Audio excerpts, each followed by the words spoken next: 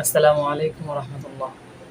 Today I want to share a short message about the importance of Tawbah, sincere repentance. Tawbah is a beautiful gift from Allah. No matter how many sins we have committed, if we sincerely turn back to Allah, He is always ready to forgive. The Prophet Muhammad sallallahu alaihi wasallam says, "Every sons of Adam sins, and the best of sinners are those who repent." So never lose hope in Allah's mercy. Tawbah not only wipes out our sins, but also brings us closer to Allah.